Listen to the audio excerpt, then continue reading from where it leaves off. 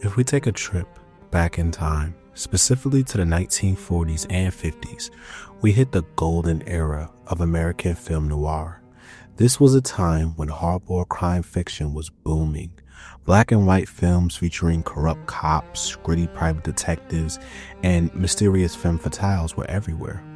With their twists, turns, and moody atmosphere, audiences became obsessed with crime fiction.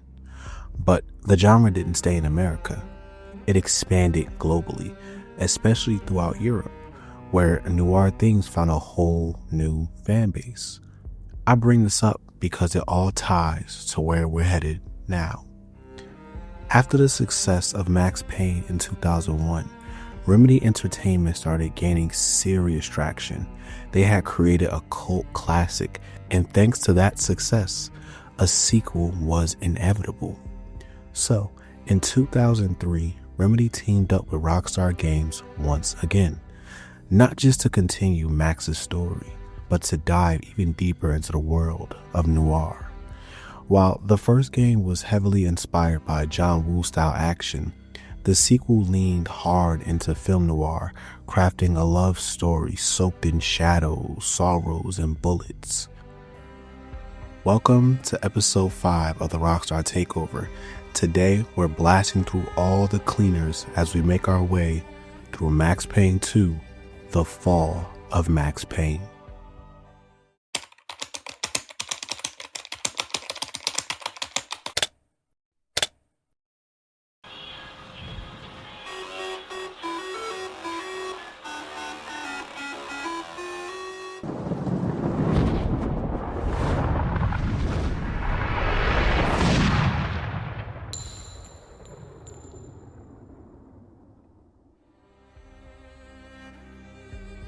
If you're a returning viewer, welcome back.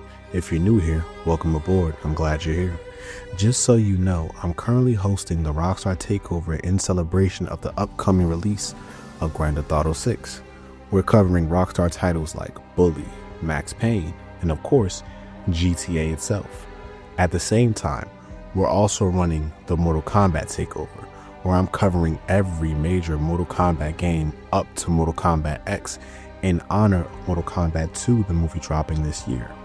If that sounds like your kind of content, hit that subscribe button so you're always up to date with my latest uploads. And if you enjoy this video, make sure to mash the like button as it really helps push this video out to more people. With that out the way, let's dive into this.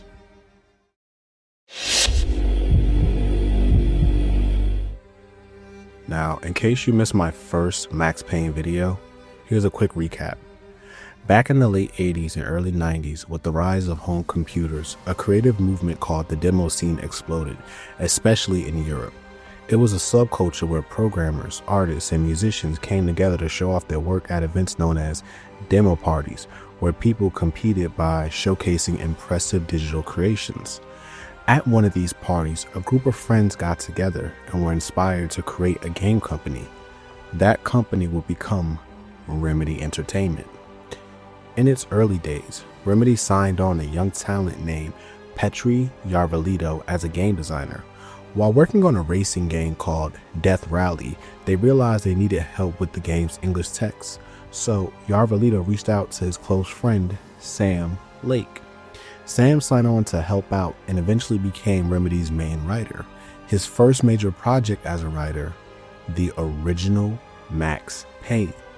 The game was critically acclaimed and marked the beginning of a long-running relationship between Remedy and Rockstar Games. This was the mid-90s, and it was still at that time possible for a handful of individuals to actually make a video game or a computer game by themselves, and a kind of a top-notch game at that. So it was an ambitious dream even then, but something that was within the reach. At the time, Death Rally was already running along, and I was studying the English language and literature at the university, and one of the guys at Remedy contacted me and asked me to write the texts for the game. Back then it was kind of a limited tool set. It was this and this many letters on 3 lines, and you need to do things within that scope. I knew I wanted to write professionally, but suddenly being able to kind of do a project like this, it was a very, very fun thing. The guys were really following their heart and their passion. They wanted to create games and they wanted to get into the industry. So actually, I knew some of the people around the company, and when I first heard that there's actually a living to be made in games, I was really surprised myself. And this is back in '95 or so. I started hearing the stories of the guys going to trade shows, and actually they're being picked up by drivers in limousines, and that was surprising. What is this stuff? And I never could have fathomed that you could actually make a living in computer games, and much less be successful. More than kind of a bunch of colleagues, it was more like a group of friends doing what they love. Back then, we were all very young and kind of working at odd hours because it was possible, and there were things like mattresses under the desks for someone after they had worked as long as they could go. They could sleep a couple of hours and crawl out from under the table again and keep on working. Death Rally was a 1996 game, so this is a top-down racer, addictive, fun, good gameplay. At that point in time, it was a fairly large game, but essentially around 12 people in the basement, all hot and kind of crammed together, and kind of bringing their own computers to work. Death Rally back then was a hit, and we were definitely going to do other games. We knew that. There were a lot of different ideas and concepts for kind of different games floating around. And one of those was a very kind of an early draft of what then became Max Payne. I think that the early concept was called Dark Justice. When we started working on Max Payne, it was bit over 10 guys in the very beginning, and we did have a budget, but it was very, very limited, so we had to kind of get creative to achieve what we were aiming for. So this was still kind of a garage band dreaming up stuff. One of the good examples for how we needed to get creative was that for cinematics we didn't have the resources, and so we decided to use graphic novels to tell the story and ended up using photos for the basis of those shots. And then we suddenly were in a situation that we need to cast all the characters in the game, and somehow it ended up being so that I was going to be Max Payne. Fast forward a couple of years later, and I'm seeing my face everywhere, kind of what was to be known as the constipated Krimis on the cover of the magazines, and the rest is history. With the rest of the cast, I just kind of went around friends and relatives and got them to play the parts. My mother ended up as the main villain, Nicole Horn, and my dad was the shady government official, and my brother was a gangster, and I even got the janitor of the apartment building I was staying at the time to play the Godfather. So it was good fun, really, really fun. In 2001, Saku Lehtinen, our art director, and myself went down to London to do a demonstration of the game. Unfortunately, at that point in time, we couldn't really fly with proper airlines, so we had to fly with a budget airline, and we were hauling this big PC because no laptop would run the game at that point in time. And the computer got bashed off, and the graphics card fell off, and so forth. Unfortunately, we only realized this as we go into the big meeting in this executive area in downtown London. And I'm doing an impersonation to keep these people interested because we only have a limited time window there. So I'm virtually doing like sock puppets of what Max Payne is about and bullet time and so forth, and talking the spiel as Saku goes to work on the computer with his Leatherman. So he does a regular MacGyver on it and pulls it apart and reinstalls the graphics card. You learn to appreciate the comforts that you have now, that you can actually live in a proper hotel, you can take proper flights as opposed to traveling on the tightest possible budget, carrying your own stuff through downtown London with a monitor on your back and so forth. The success of Max Payne, I think it took everybody by surprise. We knew that we had something good and something unique, but we had no idea how large Max Payne was going to be. The huge success of what Max Payne became, it was really surreal. I have to say that to this day, it's a hard thing to understand that it really was such a big hit. And then after the first game, we were definitely kind of a real company at that time and knew that we had a secure future. Now that we're all caught up, it's time to dive into Max Payne 2's backstory. After the success of Max Payne, Take-Two Interactive, the company that owns Rockstar Games, would acquire the intellectual property of Max Payne. In an article on Take-Two's games, it stated, Take-Two also announced that it has acquired ownership of the Max Payne brand and all intellectual property rights associated with the brand, including trademarks, copyrights, characters, perpetual license to utilize proprietary technologies, including the Max Payne game engine and associated bullet time technology, and rights to license fees from ancillary Max Payne brand extensions such as cinema, television, and literary productions. Take-Two purchased the Max Payne property from Remedy Entertainment and Apogee Software in exchange for $10 million in cash and 969,932 shares of restricted common stock, in addition to certain future development incentives. Alongside the announcement of Remedy's acquisition, Take-Two Interactive also confirmed that Max Payne 2 had officially been greenlit. Some notable changes were introduced to the franchise. Most importantly, Sam Lake, who famously served as both the writer and the face of Max Payne in the first game, would step back from acting duties and focus solely on writing the sequel. This time around, Timothy Gibbs would be used as the visual model for Max Payne. As the writer, Lake drew heavy inspiration from classic film noir, particularly those early crime dramas filled with hard-boiled detectives, femme fatales, and a doom romance.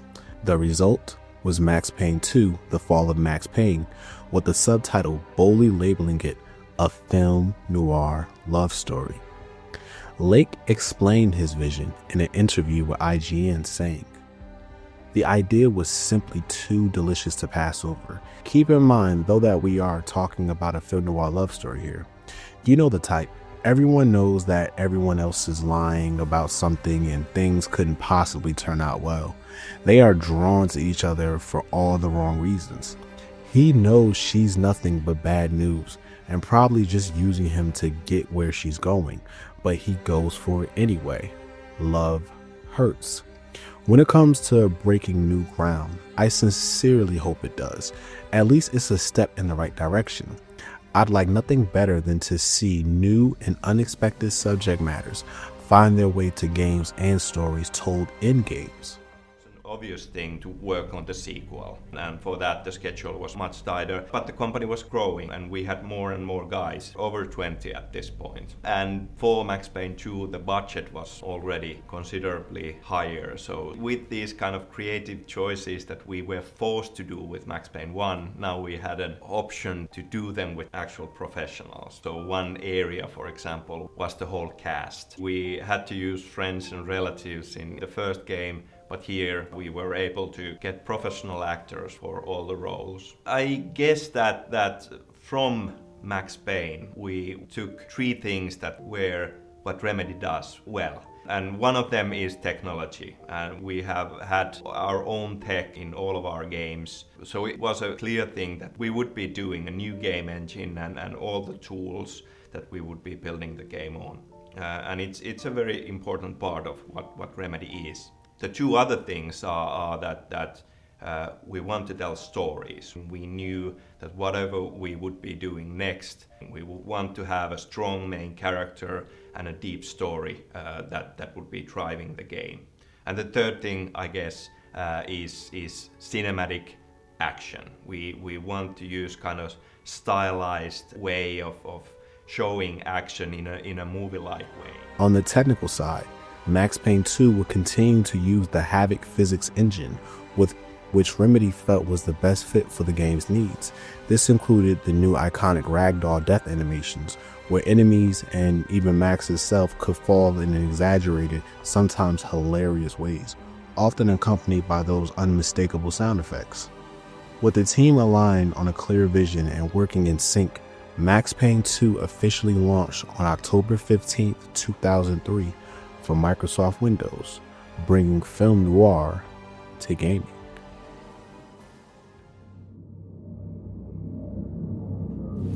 I lied to myself that it was over.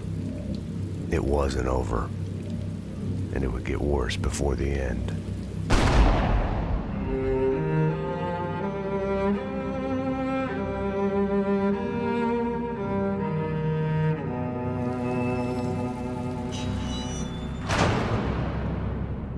You can't run from your past.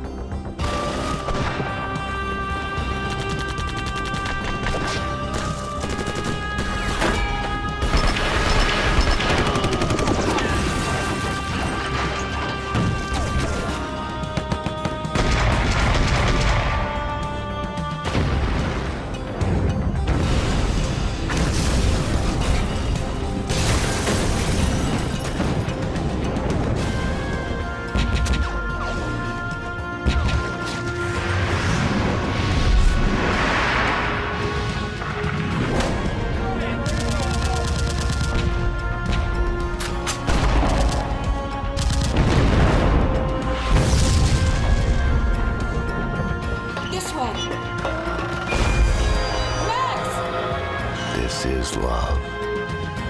Love hurts. When you're looking down the barrel of a gun, time slows down.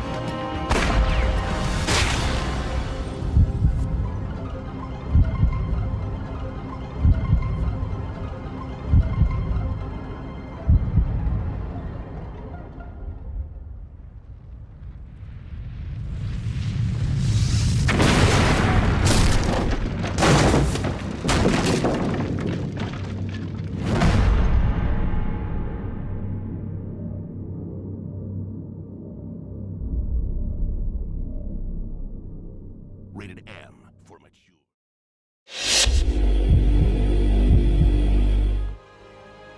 Here's a quick spoiler alert as I'm about to tell the story behind Max Payne 2, while there will also be light spoilers for Max Payne. Now, in case you're not a fan of spoilers, please advance this video to the gameplay overview section as seen on the timeline below.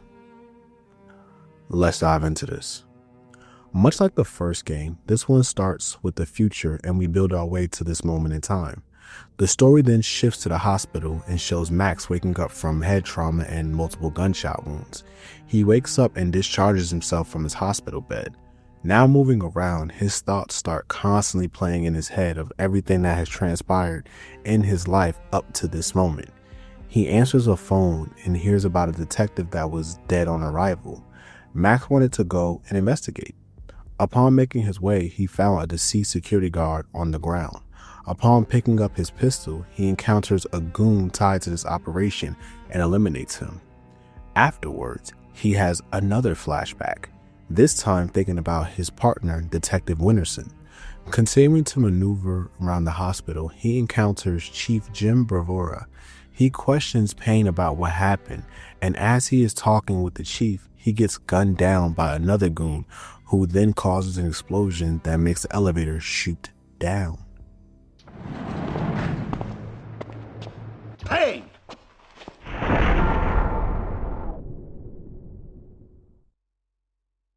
You're not going anywhere. What happened out there? You did it. Internal Affairs was breathing down my neck. Did you do it? You killed her. No, I can't.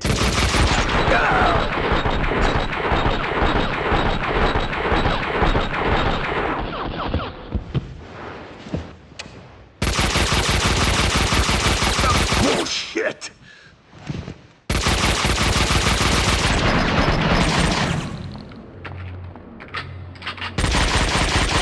What the?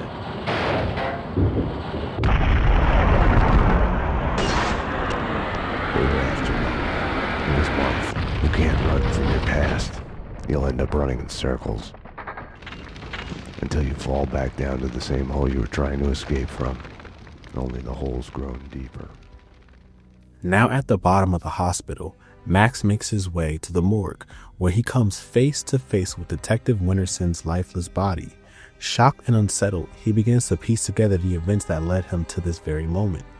We learn through Max's narration that between the events of the first game and now, he left the DEA and returned to the NYPD. While on duty, he receives a call about shots fired at a warehouse. Being proactive, Max decides to follow up, especially once he realizes the address belongs to Vladimir Lim, the same person who helped him take down Nicole Horn in the first game. As Max arrives to the warehouse, he hears gunfire from inside and calls it in before heading in to investigate. Inside, he meets the so-called cleaner from the Squeaky Cleaning Company. Max questions the man about the gunshots, but he plays dumb, though he does mention a gun workshop upstairs. Max demands to be let through, and the man leads him up, only to turn on him. It's here Max learns the truth. The criminals are using the cleaning company as a front. From there, it's full-on action as Max clears out the building, wiping out the fake cleaners one by one. In the midst of the chaos, he overhears a woman being held hostage. She pleads with the cleaner, saying that she works for Vladimir and has no beef with them. Max storms in, but the woman is deleted during the crossfire. As he makes his exit, 3 more cleaners attempt to escape, only to be taken out by none other than Mona Sachs. That's right, Max believed Mona was to be dead after the events of the first game, but he always had his doubts since her body was never found. He watches as she takes down the cleaners and disappears down an elevator. Outside, Max finds himself under fire again, shooting at escaping cleaners who attempt to run him down. Just in time, Detective Winterson pulls him to safety. Back at the station, Max gets reprimanded by the chief, and the 2 officers, along with Winterson, discuss everything that just went down. You got sloppy paid. You screwed up. It's unacceptable that she's dead. You can do better. I played it as business as usual. But everything had changed the moment those elevator doors opened to reveal Mona. Annie Finn was a licensed gunsmith, licensed dealer in firearms. Right. The property owned by Vladimir Lim. 3 groups. 1, DOAs who had connections to Russian OC. Identified as Finn's employees. 2, the Mafia. And 3, the clowns wearing the cleaning company jumpsuits. They mentioned a name, Kaufman. This one's evil. It has only started. I don't like it. I don't like it a bit. It's yours, Payne. It makes no sense. For you, Winterson, homicide. Sebastian Gate. It's gonna be all over the news. The senator? Winterson was the ideal. What the job was all about. Someone to look up to. Bravura knew it too. We got lucky. There's an eyewitness. She hovered over my shoulder, whispering warnings. I didn't want to listen. Mona was the suspect in Winterson's case. I didn't tell them I had seen her. I wanted to stall. Maybe it was because she was alive when everyone else kept dying on me. Survivor's guilt washed away. Detective Winterson's phone. Give me that. Your boyfriend. The computer search on the Squeaky Cleaning Company and Kaufman had come up empty. Max realizes his next move. He needs to speak with Vladimir Lim. Ironically, the old Ragnarok nightclub, once owned by the deranged Jack Lupino, is now in Vladimir's hands and it has been converted into a restaurant fittingly named Vodka. When Max arrives, he hears Vlad calling out for help, pinned down and under fire. Without hesitation, Max enters through the back door and starts clearing out mob goons as he pushes deeper into the building. Along the way, he partners up with Mike the Cowboy, and the 2 team up to reach Vladimir. As they make their way through the chaos, they run into Vinny Garnetti, who's in the middle of a heated shootout with Vlad. The moment Vinny sees Max, he panics, knowing how dangerous Max can be. He orders his men to take him out. After they fail miserably, Garnetti returns, shouting curses at Vladimir as he makes his escape. Max finally reaches Vlad, and the 2 have a tense but important conversation about the rising street war and the power plays happening in the shadows. Vinny Gognitti, a criminal mastermind? He is wiping out everyone he sees as competition on the black market gun trade. The mafia underboss has made a deal with someone powerful. What was it you did for a living again? Scout's honor, detective. I have mended my ways, evolved to a higher level. Vodka will be the best restaurant in the city. I'll be rich and famous. Annie was a princess. They killed her for no reason. You hurt your hand just now? A hot date yesterday. Can I tempt you? Let's pretend I'm on duty. After the chaos of the night, Max returns home. But peace doesn't come easily. He slips into another nightmare, much like the ones he experienced after being injected with V in the first game. In this lucid dream, Max leaves his apartment and finds himself walking down into an operating room where he sees Mona Sachs. She apologizes for waking him, and things quickly spiral as Max starts to envision himself being arrested and taken in by Detective Winterson and Chief Barora. The two police officers interrogate him about Mona's whereabouts. The dream then turns violent, ending in a surreal shootout between Max and the two cops. He jolts awake, only to hear a knock at his door. Gun in hand, he cautiously approaches, ready for anything. But when he opens the door, it's Mona Sachs. She tells him there's a hit out on the both of them. I had woken up to a knock at my door. Mona, I was wondering when you'd show up. Max, I'm not here to kill you. Aren't you going to ask me in?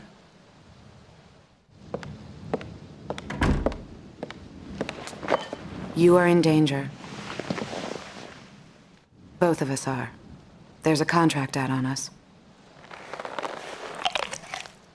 There's no us in this. You're a murder suspect. I should take you in. I was hiding behind the badge. Just as the tensions rise, a sniper opens fire on Max's apartment. Mona flees and Max chases after the shooter. Tracking the sniper to a hidden surveillance room, Max discovers something chilling. The room is filled with spy equipment. He's been watched, phone calls recorded, movements tracked, notes taken. When Max returns to his apartment, he finds it engulfed in flames. He races to the roof, navigating the wreckage to find a way out, only to be confronted by a squad of cleaners sent to finish the job.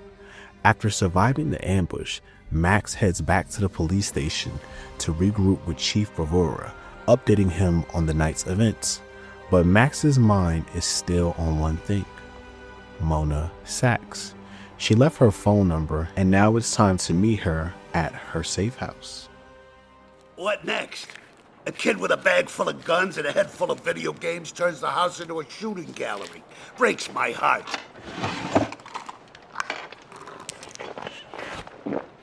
What the hell's going on? With me, he meant. I had my doubts about the cleaners spying on me, about Mona. According to Vladimir Lem, the mob captain Vincent Gognitti is behind the hits. Seems he's made a deal with an unknown third party. Maybe the cleaners, I don't know. Something doesn't fit. If it's true, I've been added on Gognitti's list. I came close to lying to Bravura. I told myself I needed to find out the facts first before others could screw up the evidence, but that was an excuse. Mona had gotten under my skin. I couldn't close my eyes to any of it anymore. It was more important than the job. She had tried to reach me, left her number. Risky leaving your number at the police station. Trace the call and you'll see I'm talking to you from Hong Kong. Winterson, I'll give you my address. Make sure you're not followed. Max, what's going on? What do you mean? Don't do anything stupid. Max arrives at the safe house, only to find it's actually a shut-down funhouse modeled after a 90s kids TV show. As he moves through the bizarre setting, Max can't shake the feeling that he's still being watched. The still functioning animatronics and flickering lights only add to the unease. He makes his way through the cardboard recreations of Noir York City, the Pink Bird Mental Institute, and a twisted, nightmarish version of the city itself.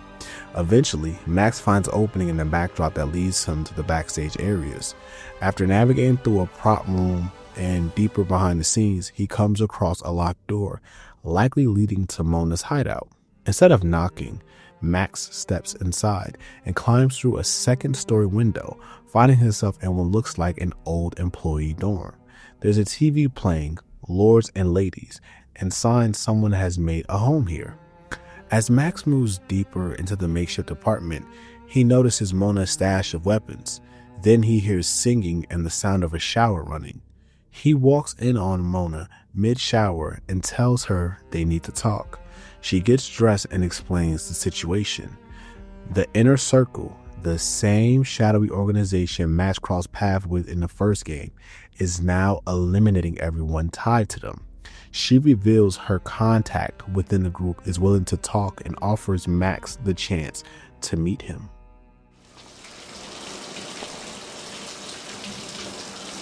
I'll tell you one thing, Mona, you're no singer. You've switched tactics. We need to talk. Bring me a towel, will you?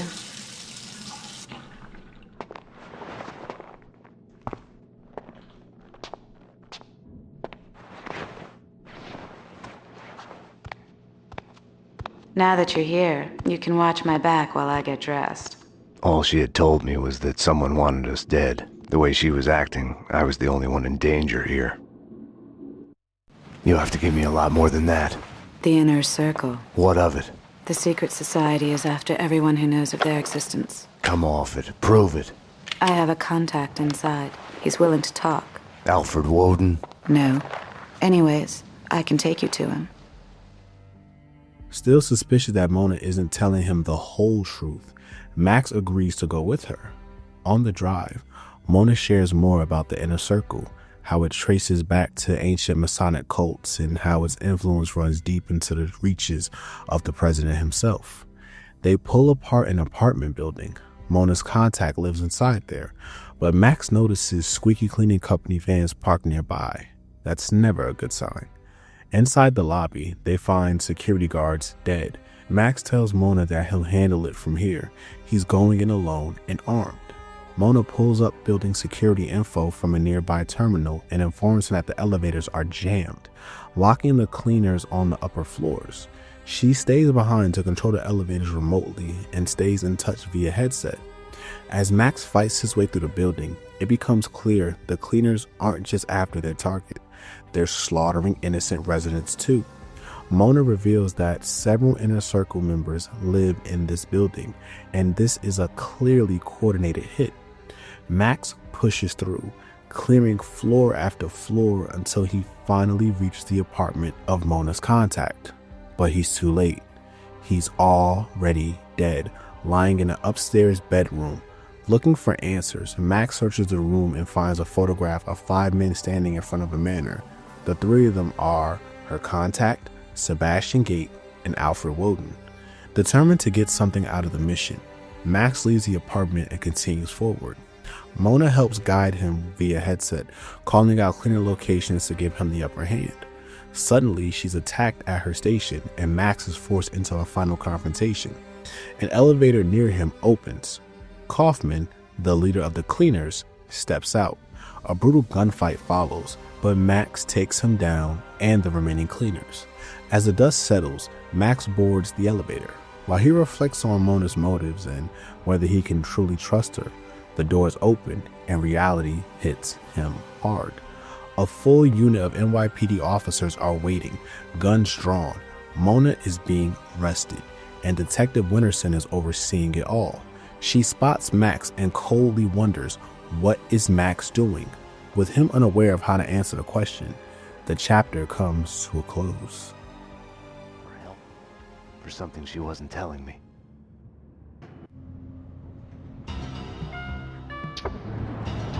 NYPD, freeze! Easy! Don't move! Payne, what are you doing?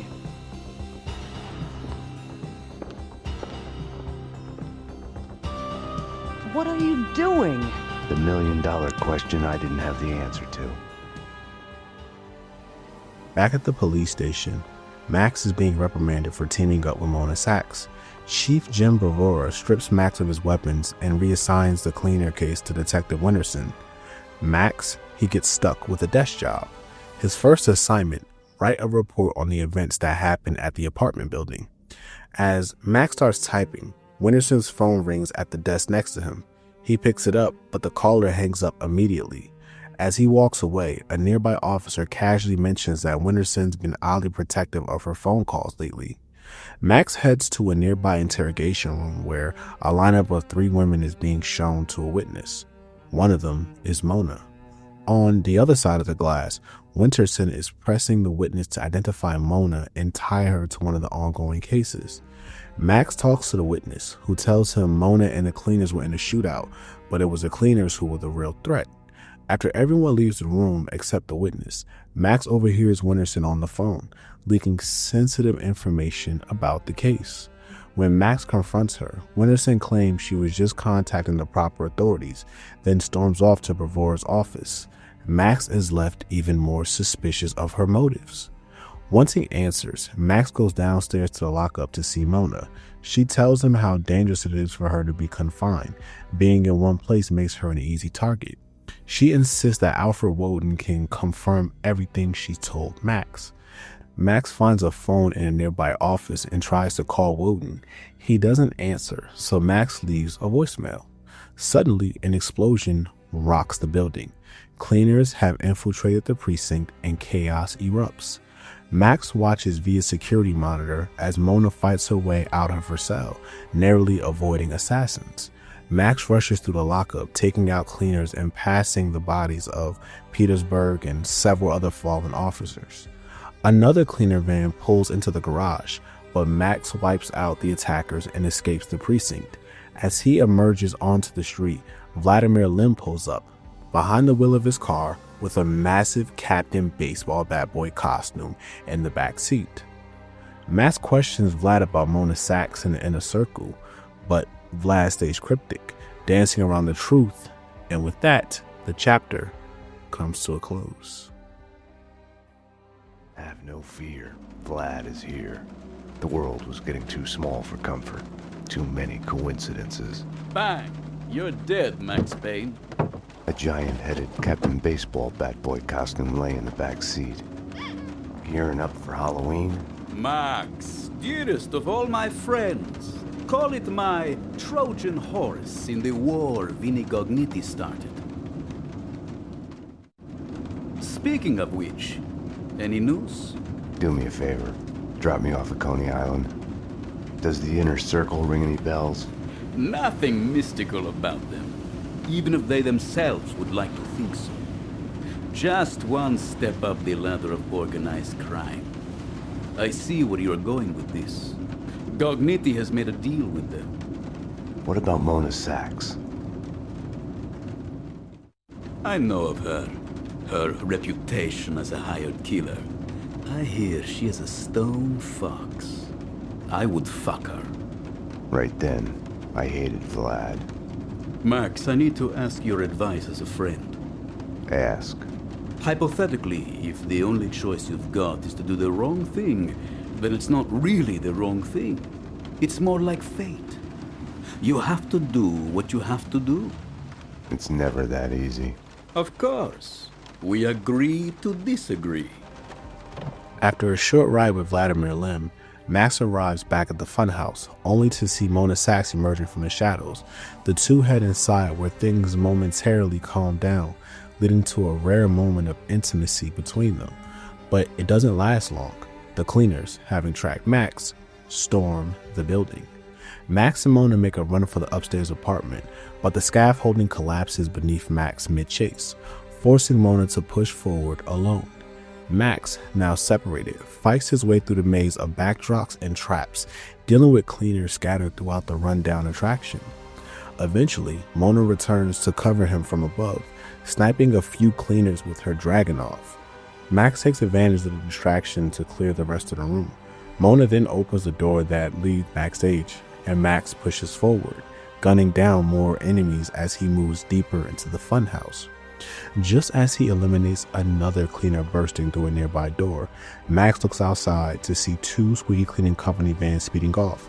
With the doors to the second van still wide open and no time to waste, Max jumps in, hitching a ride to whatever destination lies ahead. I had no choice. I couldn't have waited for Mona. It was Vlad's excuse. Fate. I didn't trust myself.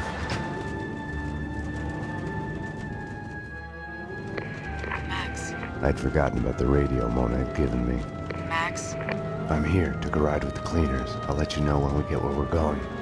Max, about what happened. Can't talk now. I couldn't crack her. I had to crack the case. While hiding in the back of the van, Max remembers Vladimir's Trojan horse strategy. As the vehicle moves, he overhears cleaners talking about some evidence stored on the top floor. When the van finally stops and a cleaner named Andrews opens the back doors, Max catches him off guard and takes him out quickly. With a lead in hand, Max begins navigating the abandoned building, fighting through the lobby while searching for a way upstairs. Over the radio, Mona checks in, saying she's arrived at the site, but apparently at the wrong building. She heads to the roof of her location to get a better view and find Max's exact position. Inside, Max boxes crates of explosives and more cleaners, but soon finds the path blocked. He takes an elevator down a level, then makes his way outside to reroute. Eventually, Max reaches the top floor, where he finds what looks like a makeshift HQ for the cleaners. This area is packed with cleaners who are no longer in disguise, dressed down and more relaxed until Max arrives. After taking them out, he explores further and discovers a room filled with bodies, the cleaners' victims all stashed away. The mounting evidence is undeniable. Max radios Mona, urging her to call the police, but Mona pushes back, reminding him that she is still a wanted fugitive and calling the cops will only put her in danger. Mona, I know this sounds crazy, but I need you to go and call the cops. I need them here. You're right. You are crazy. I'm a fugitive, Max. I just escaped from custody. I wouldn't ask if it wasn't Go to necessary. hell, Max. Mona? Damn. Max, still in the room filled with bodies, is suddenly spotted by a group of cleaners who walk in and immediately open fire. Max dives for cover, but another cleaner quickly yells out that the room is packed with explosives. Everyone scrambles for safety, including Max, but before they can fully escape, a massive explosion ignites the crates, engulfing the room in flames. Max bolts through the smoke and heat, eventually reaching a large open window. With no other option, he dives out as the fire lashes out behind him. Mid-fall, he grabs onto a scaffolding bar, hanging on for dear life. But before he can climb up, another explosion rips through the structure, sending Max plummeting 3 stories, crashing onto a work table below, and finally slamming into the ground. A falling board knocks him unconscious.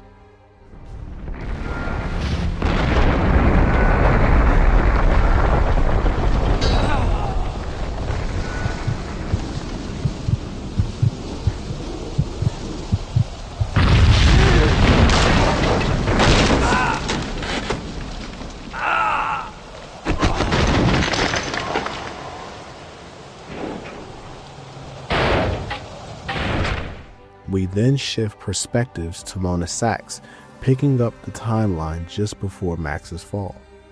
Still communicating with Max through their headsets, Mona moves stealthily through the semi-constructed building. Along the way, she overhears cleaners discussing plans to demolish the old building Max is trapped in and relocate their gear to his new site. She quickly eliminates the guards and continues moving forward, uncovering more cleaners transporting weapons and supplies from the condemned building. Floor by floor, Mona ascends using makeshift staircases and scaffolding, taking out any opposition that crosses her paths. Eventually, she finds herself trapped with nowhere to go but down through an unfinished ceiling to the room below. Navigating her way to the side of the building, she steps onto an exposed scaffolding platform to get a full view of the construction site. It's then that she hears Max over the radio panic, saying the building he's in is blowing up. Mona hurries to the opposite side of the structure, just in time to see Max diving out the window, with flames chasing him. She watches as the blast knocks him off the scaffolding he was clinging to and sends him crashing to the ground. Max lies unconscious. Cleaners swarm in.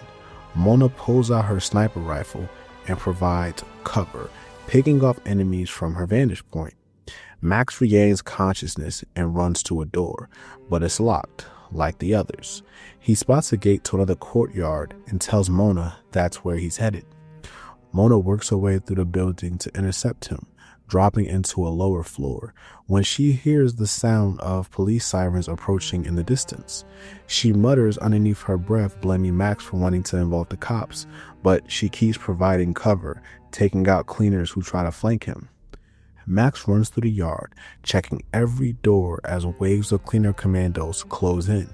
With every exit blocked, the gate becomes his only way out. Meanwhile, Mona climbs to a higher floor, moves around the other side of the building, and descends to the foundation level, gunning down cleaners the entire way. Over the radio, Max tells her that he can see her from the edge of the pit and thinks he's found a way out. Mona makes her way to a portable office nearby and overhears a cleaner telling another that their boss is pulling them out and the situation will be handled differently. She eliminates them and boards a nearby construction elevator leading out the pit. As she steps off the lift, she moves in to reunite with Max. Detective Winterson steps out of the shadows, gun drawn and pointed at Mona. Max walks up and pleads with Winterson not to do anything drastic, but she's unmoved. She reminds Max that he's still suspended and Mona is a fugitive murder suspect. Mona interrupts and warns Max. Max tries to calm the situation, but it's tense. Both women draw their weapons. Then a shot rings out. Detective Winterson collapses, a bullet from Max's gun taking her down. Smoke curls from the barrel as Max lowers his weapon. The weight of this decision is sinking in. Suddenly, an NYPD officer yells out from nearby, reacting to the gunfire. Max turns to Mona, telling her to leave. She flees the shadows, but before Max can move, Winterson, clinging on to life, raises her weapon and fires. The bullet squarely hits Max, and then he falls into the nearby pit, seriously wounded as the screen fades to black. Stay out of this, Max. You're only making it worse. You've been suspended. She's one of them. She's here to kill me. I'm doing my duty. She is a fugitive murder suspect. I'm taking her in. She resists, she gets shot. As surely as the bullet rips through the victim's flesh, organ, and bone, it shatters the image of the man who presses the trigger. Easy. Back off, Payne. This is what I see when I look back. These moments, blinding as snow, they kill you, change you. You die and live again, remade. No, Mona. Winterson!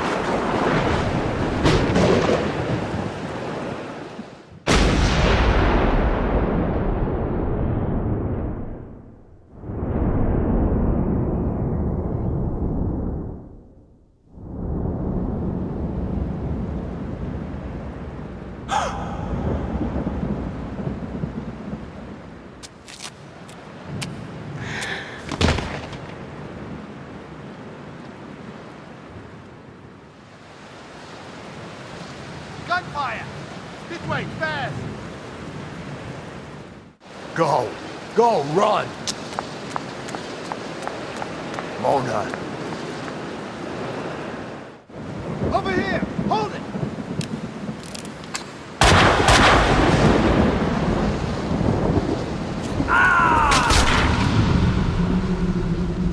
Detective Winterson! Officer down! He went over the edge! The genius of the hole. No matter how long you spend climbing out, you can still fall back down in an instant.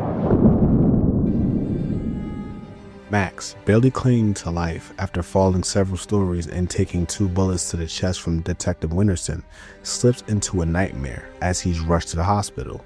What unfolds is a surreal, fear-soaked vision of everything he's been running from.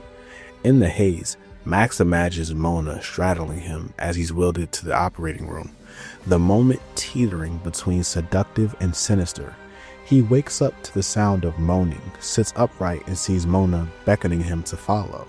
He steps out of bed and gives chase through a series of twisting hospital corridors until suddenly he's no longer in a hospital.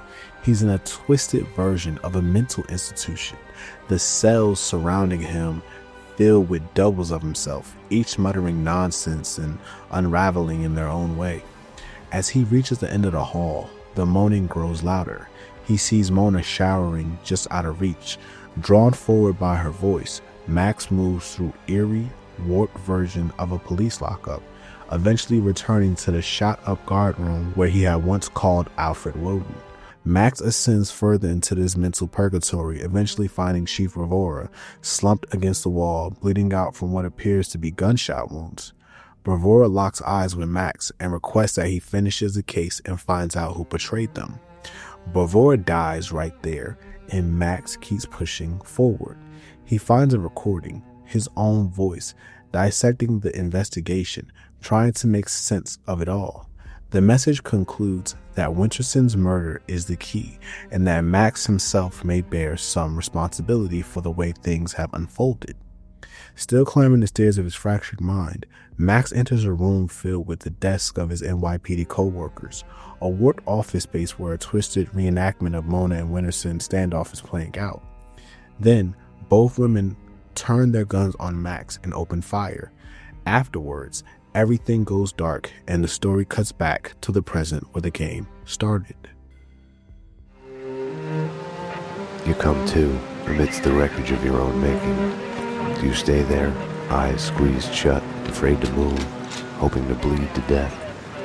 Or do you crawl out, help your loved ones, make sure the fire doesn't spread, try to fix it? This is your final warning. We have surrounded the building. Drop your weapons and come out with your hands above your head. All this time, we got the fable of Sleeping Beauty wrong. All units are in position. We are ready to go. Prince didn't kiss her to wake her up. No one who slept for 100 years is likely to wake up. Okay, people, get ready to go in. We are gonna hit the place. It was the other way around. He kisses her to wake himself up from the nightmare that has brought him there. The story opens up by picking up where the first prologue left off, with Max in the morgue overlooking Detective Winterson's body. While Max stands over Winterson's body, he comes across a card for Vladimir Lim's restaurant, Vodka. Max leaves the morgue to follow up on the card lead. He then avoids and eliminates cleaners on his way out of the hospital. Reaching the parking garage, Max encounters the remaining cleaners and one security guard. And though the security guard goes down fairly quickly, Payne is unable to kill the remaining cleaners, realizing he must solve the case on his own. Max heads to Alfred Woden's manor for answers. When he arrives, they discuss Max being targeted by the Inner Circle, and Woden explains that he's dying and rebellion has occurred from within the secret society, killing everyone who resists them. Max names his suspect behind the rebellion, Vinnie Garnetti, but Woden reveals that the real leader behind it all, Vladimir Lim. Woden tells Payne that Lim is going after Garnetti, and once he's dead, Vlad will come for his former mentor, Woden himself. Mona was still the answer. I caught glimpses of her out of the corner of my eye, felt her presence everywhere I went. I was trying to trace her path, recreate the winding course of the magic bullet in her head. I couldn't find her. I drove out of the city in the direction Mona had pointed me, to a man who specialized in answers. The architecture of Alfred Woden's manor had its origins in European darkness, along with the Inner Circle. Mr. Payne, I've been expecting you. The only true reason why men fight wars, love. The score on Mona Sachs? Next question. Fine. Why is the Inner Circle trying to kill me? I am dying. Cancer. Power has leaked through my fingers. There was a rebellion. A renegade faction has pushed the society into a civil war. Everyone who resists is assassinated. We have been reduced to fighting mob wars. Vinny Gognitti? Vladimir Lem. I knew the answer before he told me. Vlad had lied. Cleaning company commandos were his men. Vladimir Lem has belonged to the Society for many years. Gognitti is going to die in the hands of the Inner Circle renegade. Then he is coming for me, his one-time mentor. Now that Max knows the truth, Vladimir Lem is the one pulling the strings behind the Inner Circle rebellion and the cleaner operation. He leaves Woden's Manor and sets his sights on Vodka, Lem's upscale restaurant, to confront him directly. Upon arrival, Max finds 3 Russian mobsters lounging in front of a TV watching the adventures of Captain Baseball Bat Boy. He listens in and overhears them mention that Vlad left something for Vinny Gognitti. When they spot Max, they tell him to leave, but of course, he refuses. A gunfight erupts and the restaurant goes on high alert. Over the intercom, Mike the cowboy, who we met earlier in the story, warns his men that an intruder is attacking. Max fights his way through the building, facing off against both Russian mobsters and cleaners working side by side to defend the place. As he pushes deeper, Max discovers cleaner uniforms and weapons, solidifying Vlad's role as the leader of both groups. While eavesdropping, Max hears the mobsters debating who the intruder might be, the woman who shot their boss, or Max himself. He continues through the old Ragnarok nightclub stage, now repurposed as part of Vodka's interior, and he heads downstairs where he spots cleaners loading vans with weapons. They're talking about their next hit, killing a few wise guys. As Max closes in, Mike the cowboy taunts him over the intercom, but as the bodies pile up, Mike realizes Max is almost at his door and challenges him to come find him in Vlad's office. Max bursts in and quickly takes out Mike and his last remaining soldier, but Vlad is already gone. Inside the office, Max spots a drawing of Captain Baseball Bat Boy costume along with the layout of Gognetti's hideout sketched out on a whiteboard. It's clear Vlad's next move is already in motion. Before leaving, Mac checks the answering machine. A message plays.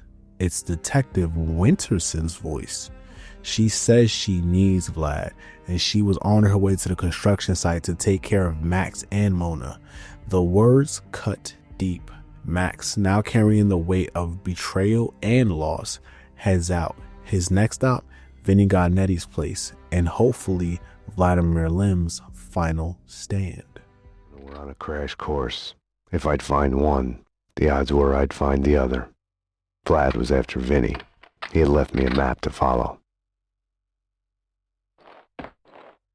You have one new message. Vlad, it's me. Where are you? I need you. I'm on my way to the construction site now. Winterson? I'll do it. I'll take care of them both for you. I don't know. Is this a crime? Is it against the law to be happy? They haven't seen you with my boy. Haven't seen you with me. Miss you. Call me. The gilding on the mask had cracked to reveal the rot underneath. Winterson's confession didn't wash away my guilt. It made me feel worse. I had a meeting scheduled with Vlad at Vinny's place. Max, now commandeering a squeaky cleaning company van, heads to Vinny Gognetti's hideout. But things go south, fast. Gognetti's men, already on high alert, have set up a roadblock and open fire the moment they spot the van. Max tries to push through, but the barrage of bullets causes the van to crash straight into the shuttered deli. Staggering out the wreckage, bruised but breathing, Max pushes forward to the connected buildings, taking down cleaner commandos who come to investigate the wreck. As he moves through the semi-abandoned apartments, Max finds himself caught in the middle of a chaotic turf war, mobsters and cleaners exchanging bullets on every floor. Eventually, Max kicks down a door and walks in a room where the mobsters mistake him for one of their own. Thinking quickly, Max plays along and lets them believe he's on their side. With no time to waste, the 4 of them team up, just as cleaners begin storming Gonnetti's used car lot. The unlikely squad heads out onto the street, guns drawn, as cleaners emerge from alleyways and scale fences to intercept them. Together, they mow down the opposition, clearing a path towards the lot until another mobster shows up and outs Max as a cop. The fragile alliance shatters instantly. Max is forced to turn on his would-be allies, gunning them down in the chaos. He escapes through a narrow alley, finally reaching Vinny's car lot, fittingly named Vincent's Sweet Deals on Wheels. Before he can cross the street, a cleaner van pulls up and more enemies pile out.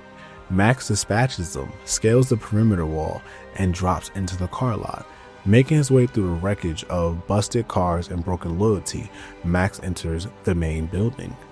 Inside, he follows the sound of panic until he stumbles upon Vinny Gonnetti's wide-eyed, visibly distressed, trapped inside a life-size Captain Baseball Bat Boy suit.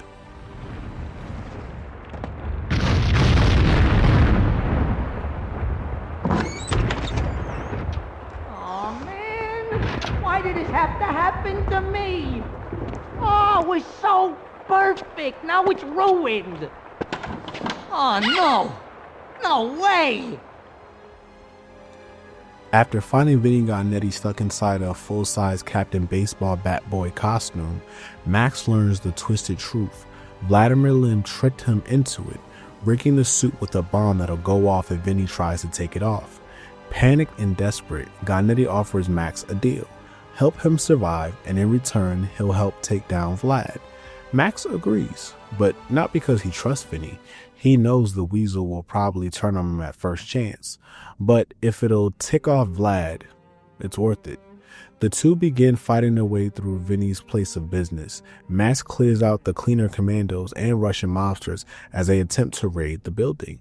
When they finally reach the nearest exit, Vinny realizes the suit is too wide for the door frame. Any wrong move, and boom. The only alternative is to go through Vinny's apartment, which they access via service elevator. The moment the doors open, Max is hit with sensory overload. Gonnetti's place is a shrine to Captain Baseball Bat Boy, filled with memorabilia, posters, and merch. They head out to the balcony, and Vinny begins climbing down towards the ground level. But the cleaners aren't letting up, scaling walls, crashing vans to the lot, and flooding the area with firepower.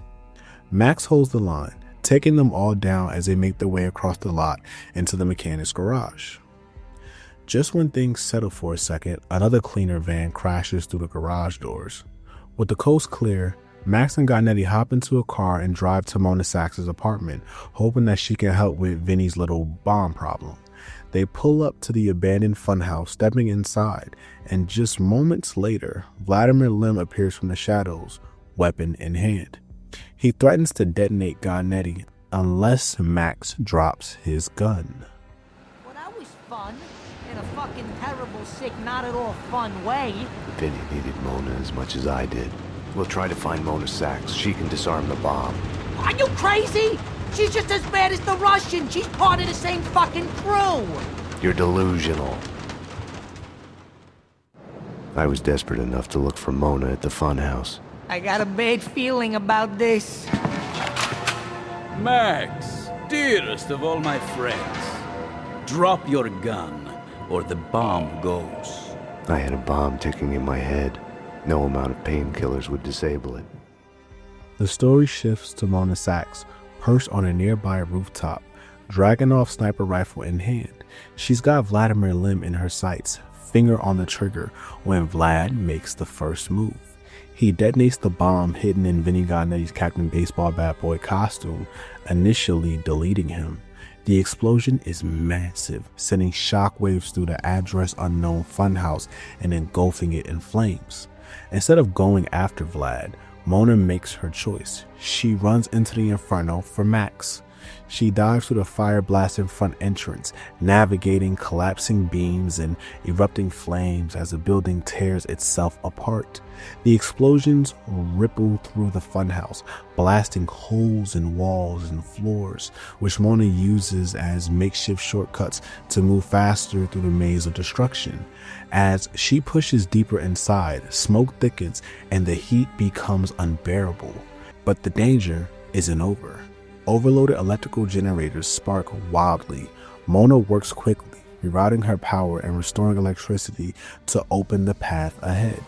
She ascends the stairwell, dodging crumbling debris, and eventually comes across the charred remains of Vinnie Gagnetti, his ridiculous costume now a mangled, burned relic. Pushing forward, Mona climbs the mental stairs to her apartment, now barely intact. There, lying motionless on the floor, is Max Payne, bleeding, burned, and seemingly unconscious. Without hesitation, Mona drops beside him and begins administering CPR, desperately trying to bring him back. The chapter ends on this moment, the flames raging outside as Mona fights to pull Max back from the edge. She found me where Vlad had left me, lying in a pool of Max. blood on her floor.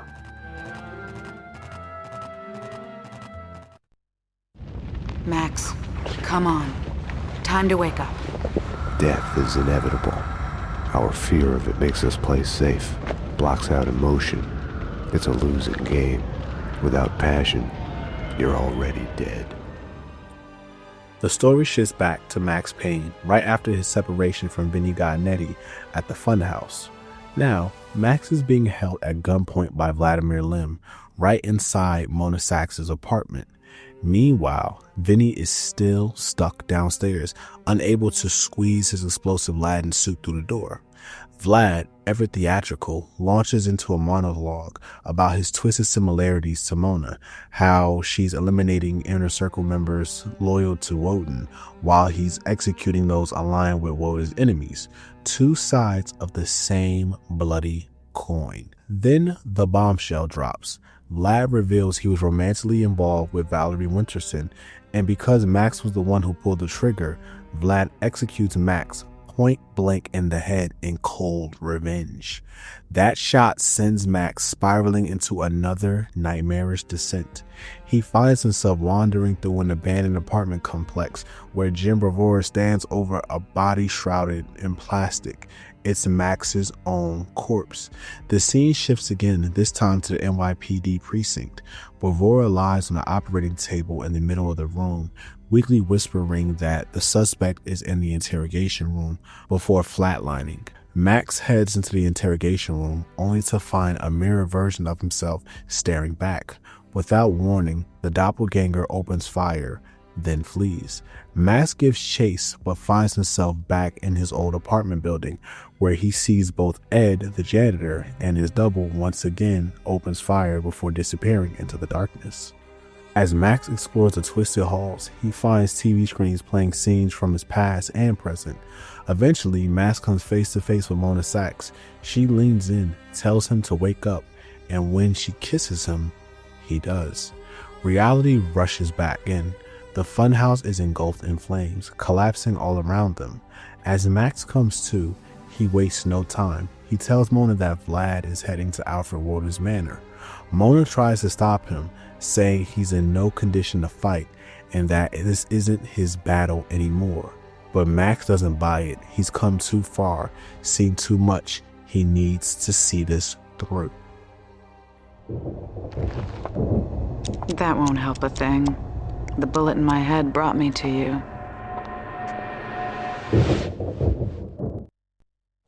Max, come on. Time to wake up. She was beautiful.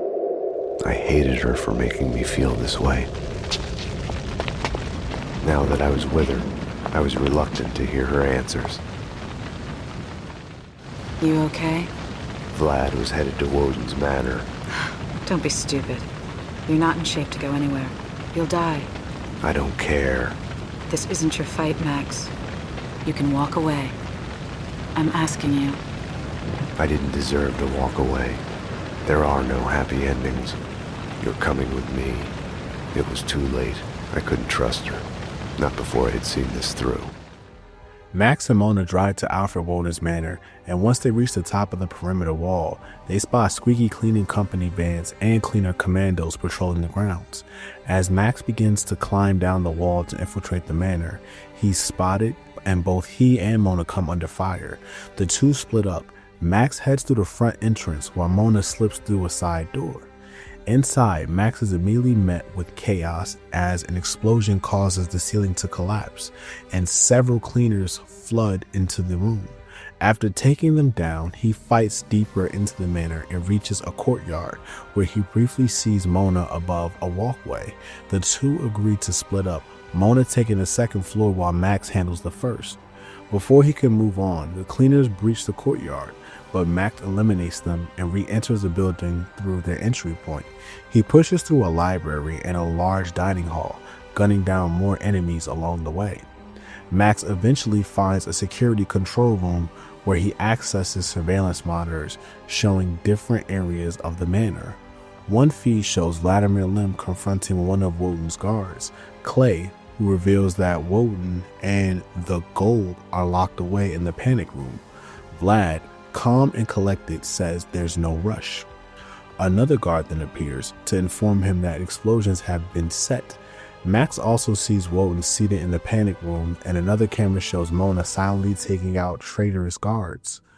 The two eventually reunite in another courtyard, standing before a locked door. Mona activates a secret mechanism to open it, and Max realizes Mona is working for Woden. As they move forward, Max calls out to her to stop, but she sneaks up behind him and knocks him out with her gun. On his knees, dazed and disarmed, Max is told to toss away his weapons. Mona looks into a security camera and confesses that she can't kill Max. Suddenly, Vlad steps out of the shadows and shoots Mona in the back. As she collapses into Max's arms, Vlad admits he was hoping the two would have taken each other out. Just as he's about to finish the job, Alfred Woden bursts from the panic room, begging Vlad to stop and calling for an end to the bloodshed. Mona, wait. Stop. This is love. When someone drags you from the wreckage when you have given in, ready to just lie there and die. I told you not to come here. It's my job to clear up this mess, and you're a part of it. Throw away your guns.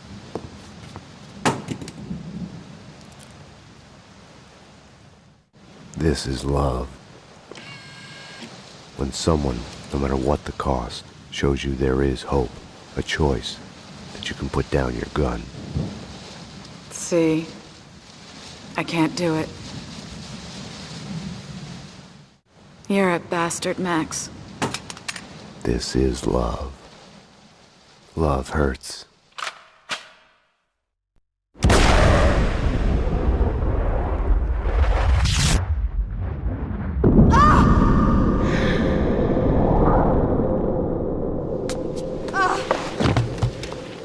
I was so looking forward to you two killing each other.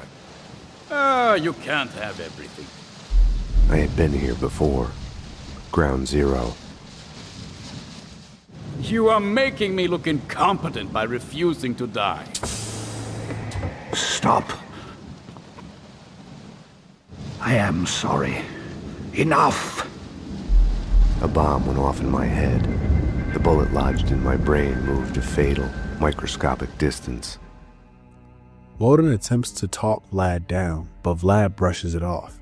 In a last-ditch effort, Woden lunges from his wheelchair, attempting to strangle Vlad, but is shot in the struggle. Max tackles Vlad, knocking away his gun, but Lim triggers a detonator, setting off explosives that cause them both to fall into the manor's underground cellars. Vlad quickly recovers and flees, while Max, injured but alive, grabs Lim's gun and gives chase. As Max enters the next area, another explosion goes off, trapping him inside as the panic room vault door seals behind him. He fights his way through more traitorous guards as the manor begins to collapse, once again using the panic room as cover against detonating barrels. Once the dust settles, Max emerges and continues his pursuit. Eventually, Max finds Vlad and two guards behind a security door. Vlad mocks him before escaping. Max follows their path into Wooden's office, discovering a stash of weapons, painkillers, and a phone with several recorded messages. One is from Max himself, another is from Mona telling Woden she can't go through with killing Max, and the last is from Vlad, declaring his intention is to kill Woden, out of resentment over Woden's lack of support or fatherly connection. Before Max leaves, he sees a news report on the office TV. Kyra Silver reports on the ongoing surge in organized crime and is linked to the 2001 Valkyrie scandal. She also confirms that Chief Jim Bravura is in stable condition, having been shot earlier that night. Max takes an elevator to Woden's private quarters, ascending to the manor's highest point where a massive roof structure is held up by cables and support beams. Vlad stands atop the structure, lobbing Molotovs and gunfire down at Max. Dodging the onslaught, Max disables the supports, sending Vlad crashing down with the collapsing platform. Miraculously, Vlad survives the fall, but Max isn't done. He continues firing, bringing down the last of the supports, and finally puts several bullets into Vlad's chest. The entire roof collapses, burying Vlad and bringing the Cleaner Conspiracy and the Inner Circle civil war to an explosive end. With the manor in ruins and Vlad's body burning in the rubble, Max stumbles back to Mona, still clinging to life. She looks at him and mutters she was nothing more than a damsel in distress. In Max's arms, Mona Sachs dies. Sometime later, the NYPD arrives, combing through the wreckage for survivors. They only find one, Max Payne. The game closes on a quieter, more reflective note. Max, having lost so much, seems to have finally found some peace. That was... Max, dearest of all my friends. I was supposed to be the hero.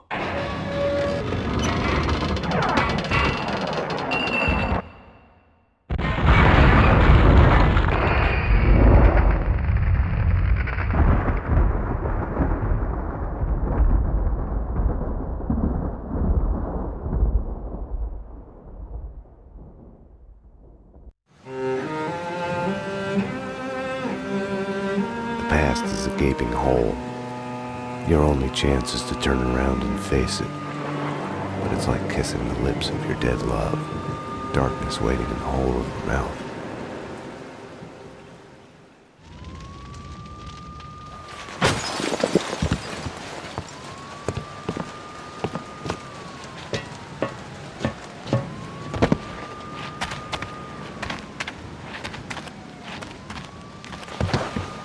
We are willing to suffer, to die for the things we care about, for love, for the right choices.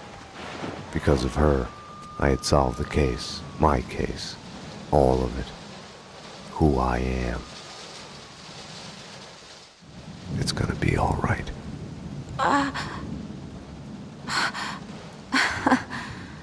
God, I turned out to be such a damsel in distress.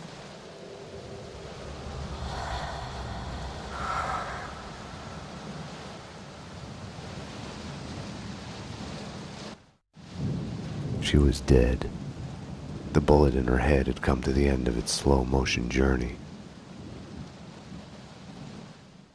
Stay sharp. We're going in. Go, go, go!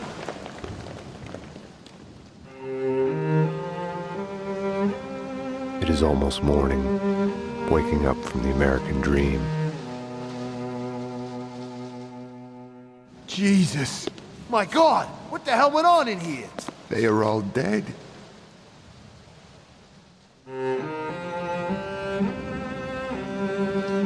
Now, like all my loves, she is mine forever. She has brought me here to this moment of clarity, where time slows down and I choose to look back, to see myself. And in that act of seeing, I am reborn. Down here! This way! There! Easy. Oh my God. Got a live one here! Detective Payne? He's still alive! We need a medic in here now! He's still alive!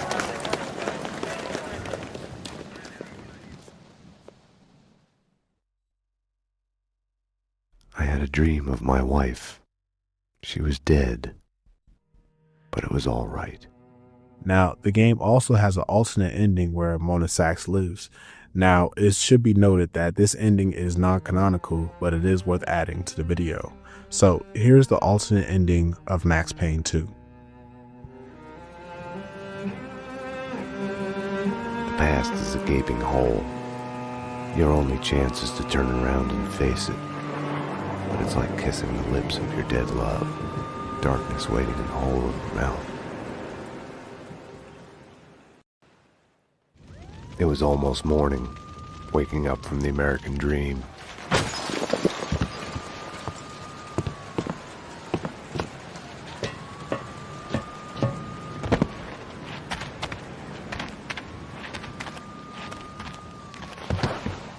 We are willing to suffer, to die for the things we care about, for love, for the right choices.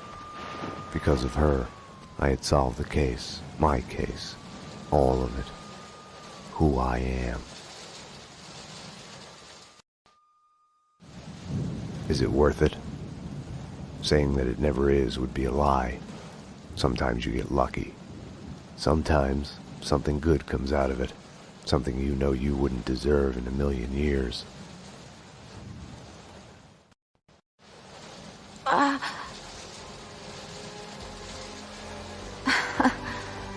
God, I turned out to be such a damsel in distress. Something that gives you a reason to go on. NYPD, freeze! Easy! Don't move! We need a paramedic team here. We have 2 survivors.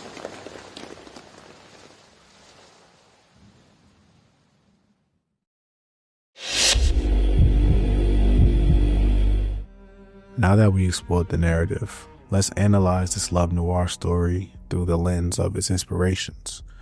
To do that, we need to first define film noir to understand how Max Payne 2 fits into the genre. Film noir is the femme fatale, a seductive, mysterious woman who manipulates and ultimately dooms the protagonist. The dialogue tends to be sharp, cynical, and world-weary, echoing the bleak moral tone of the stories. Classic noir films like The Maltese Falcon, Double Identity, and Out of the Past help define and shape the genre.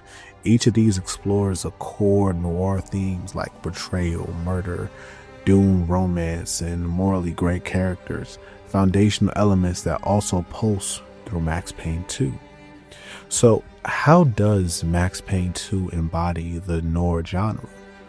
Like the classics, it unravels a labyrinth conspiracy involving organized crime, corporate greed, and institutional decay.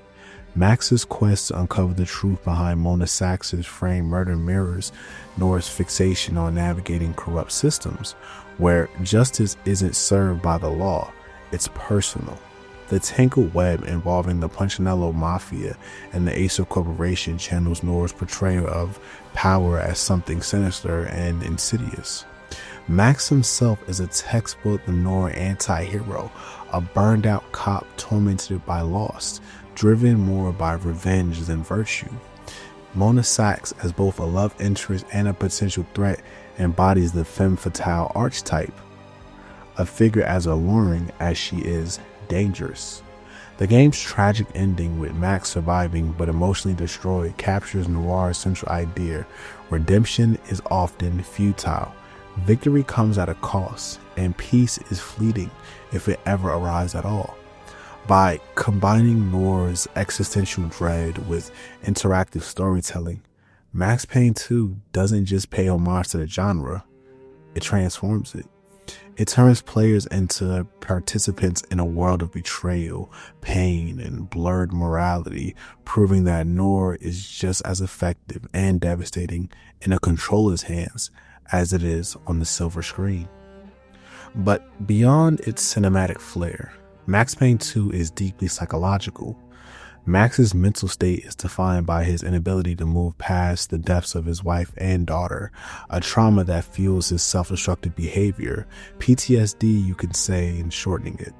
His reliance on alcohol and painkillers speaks to his desperate need to numb the pain, while his internal monologues lay bare a man consumed by regret, guilt, and self-loathing. The game's nightmare sequences, like the hospital level where Mona is forced to confront the people he's killed, serve as a manifestation of his fractured psyche. These surreal moments, laced with blood trails, endless hallways, and echoing cries, feel like something straight out of a Freudian dream analysis. They symbolize Max's cynical torment, his inability to escape the past, and the trauma that defines him. The relationship between Max and Mona Sax introduces powerful themes of duality and illusion.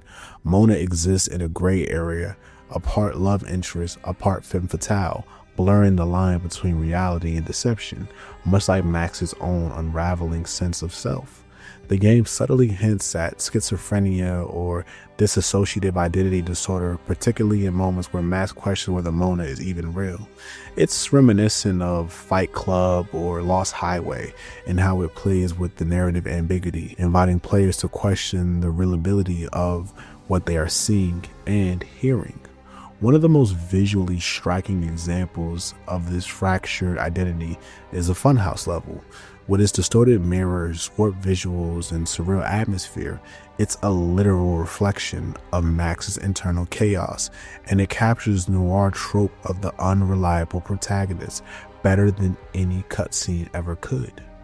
Yet, for all this bleakness, Max Payne 2 offers a glimpse of psychological resolution. In his final monologue, "I had a dream of my wife.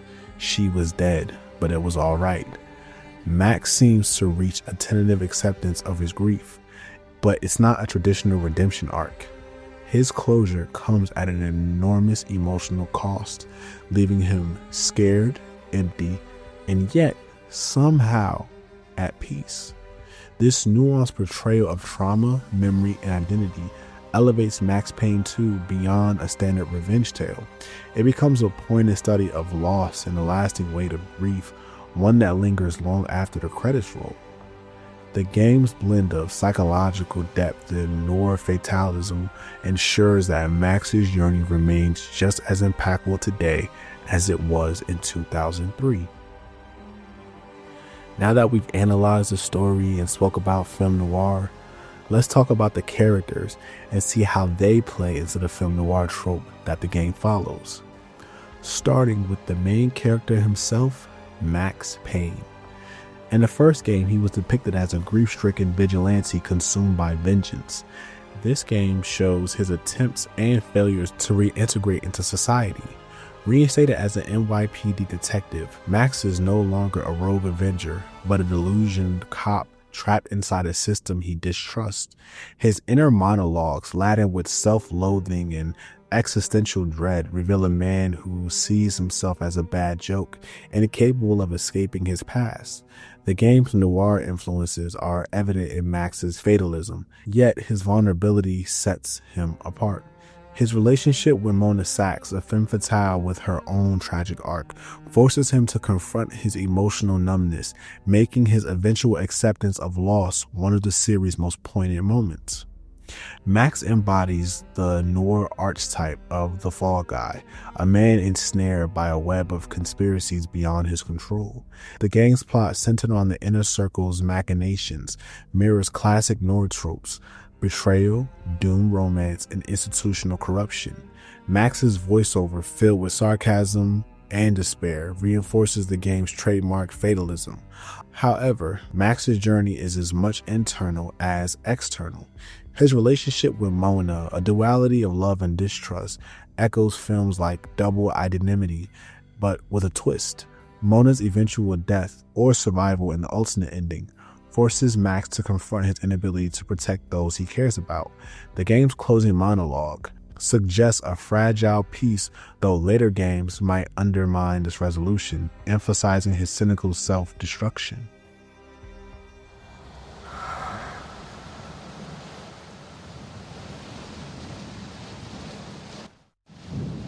She was dead. The bullet in her head had come to the end of its slow-motion journey. Stay sharp. We're going in. Go, go, go!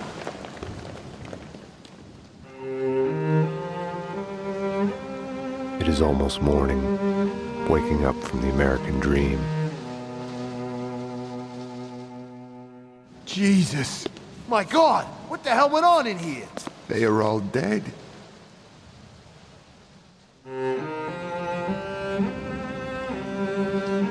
Now, like all my loves, she is mine forever. She has brought me here to this moment of clarity, where time slows down and I choose to look back to see myself. And in that act of seeing, I am reborn. Down here! This way! There! Easy. Oh my God. Got a live one here! Detective Payne? He's still alive! We need a medic in here now! He's still alive!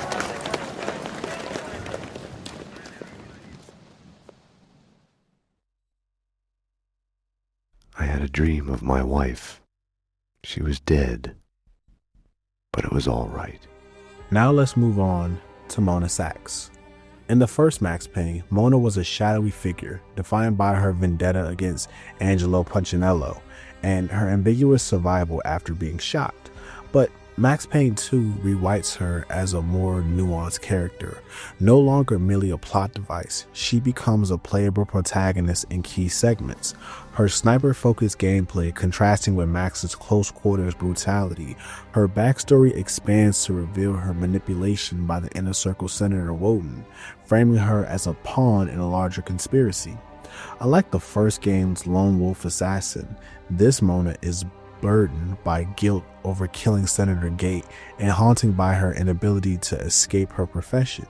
Her relationship with Max shifts from transactional to deeply personal, with their shared trauma fostering a bond that defines Nora's typically destructive romances. Mona embodies the noir trope of the doomed lover, her fate entwined with Max's self-destructive path. Her betrayal of Woden, choosing Max over her mission, subverts the femme fatale cliche, revealing a capacity for redemption. The game's funhouse level, where Max searches for her amid distorted mirrors, visually mirrors their fractured identities and mutual distrust. Mona's death or survival serves as the narrative's emotional climax, forcing Max to confront whether his pursuit of her was driven by love or a need to save someone as lost as himself. Her presence elevates the story beyond a mere crime thriller, infusing it with the game's signature tragic romance, akin to Out of the Past's Kathy Moffat, but with a modern interactive gravity. Ultimately, Mona Sachs is Max Payne 2's beating heart, a character whose complexity transforms the game into what Sam Lake called a love story with guns. Her legacy lies blurring the line between victim and villain, proving that even in noir's moral abyss, humanity flickers, however briefly. Max, I'm not here to kill you. Aren't you going to ask me in?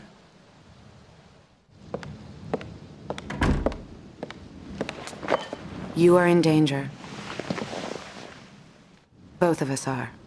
There's a contract out on us. There's no us in this. You're a murder suspect. I should take you in. I was hiding behind the badge. Now let's talk about Vinny Gotnetti, just the man we've been killing to see. In the first game, Vinny was a minor antagonist, a thug who betrayed his boss, Frankie the Bat Niagara, and later became a punching bag for Max's interrogation. But Max Payne 2 reframes him as a would-be crime lord, but this promotion only highlights his ineptitude. Where the first game's Vinny was a generic mobster, the sequel leans into his absurdity, his attempts to mimic mafia gravitas, like his obsession with respect and comically bad disguises, render him more pitiable than threatening. Yet this buffoonery masks a deeper tragedy. His eventual elimination by Vlad's men underscores brutal dismissal of those who failed to adapt. Vinny serves as a grotesque reflection of the archetypical fall guy, a minor player crushed by forces he can't comprehend. His rivalry with Vladimir Lem mirrors classic power struggles, but with a twist. Vinny's incompetence makes his downfall inevitable. Rather than heroic, his death scene gunned down while begging for mercy echoes The Godfather's Fredo, but without pathos, reinforcing the game's cynical worldview. Even his design with a tacky leopard print coat and receding hairline visualizes his failure to embody the mafia mythos he idolizes. Ultimately, Vinny's arc epitomizes Max Payne 2's blend of tragedy and dark comedy. He's a punchline, but with a bullet in his head. A reminder that in noir's moral abyss, even criminals can be victims of their own delusions. You fucking pay for this Russian, you fucking pay! Now let's talk about Vladimir Lem. In Max Payne, Vlad was a survivor, forging temporary alliances to navigate a mob war he didn't start. His dynamic with Max was transactional but respectful, exemplified by his gift of heavy weaponry and a ride if he needed it. But Max Payne 2 subverts this dynamic. Vlad's newfound wealth and influence corrupt him, mirroring classic arcs where power escalates protagonists. His betrayal of Max, colluding with Detective Winterson, and orchestrating Mona Sax's near death demonstrates his descent into villainy. Yet remnants of his earlier pragmatism linger. His plan to eliminate the Inner Circle's Alfred Woden is clearly logical, even as it underestimates Max's resolve. Vlad epitomizes the noir archetype of the self-made man undone by greed. His rise and fall mirror Scarface's Tony Montana, but with distinct noir fatalism. His relationship with Max mirrors the genre's trope of uneasy alliances, where mutual relationships collapse under distrust. The game's Russian mobster aesthetic echoes the long goodbye critique of American capitalism, with Vlad as his immigrant underworld counterpart. His death, feeling Max across the rooftop before a fiery demise, is a quintessential noir climax, poetic, inevitable, and devoid of redemption. Ultimately, Vlad's arc in Max Payne 2 serves as a dark reflection of Max's own struggles. Where Max is haunted by the past, Vlad is consumed by the future, and both pay the price for their obsessions. His role cements the game's noir ethos in a world of moral grays.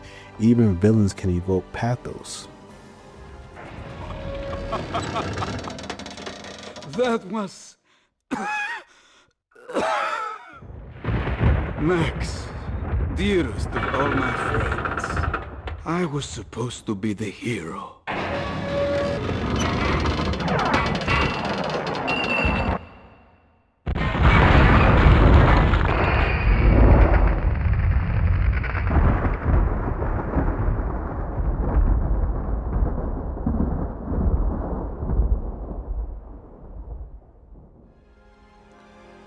Now let's turn our attention to Alfred Woden. In Max Payne, Woden is a cryptic guide steering Max toward vengeance against Horn while concealing his own culpability. His role as a U.S. Senator lent him an air of legitimacy, masking his ties to corruption. But Max Payne 2 strips away this veneer, exposing him as a master manipulator who weaponized Max's grief.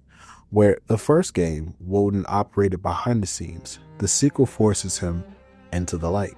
His mansion siege by Vlad's forces literalizes his loss of control. His mentorship of Vlad, now turned rival, adds irony to the student's betrayal, reflects noir's cynical violence. Woden epitomizes the man behind the curtain, pulling the strings until karma unravels his schemes. The revelation that he engineered Michelle Payne's death reframes Max Payne's entire plot as his chess game with Max as a pawn. Yet his dying moments acknowledging his sins hint at noir's fleeting grace, albeit too late. His legacy is the game's central irony. The man who saved Max engineered his fall, proving noir's world has no clean hands. The killing has gone too far. I have only begun. It's better to reign in hell than serve in heaven. You flatter yourself. Demented fool!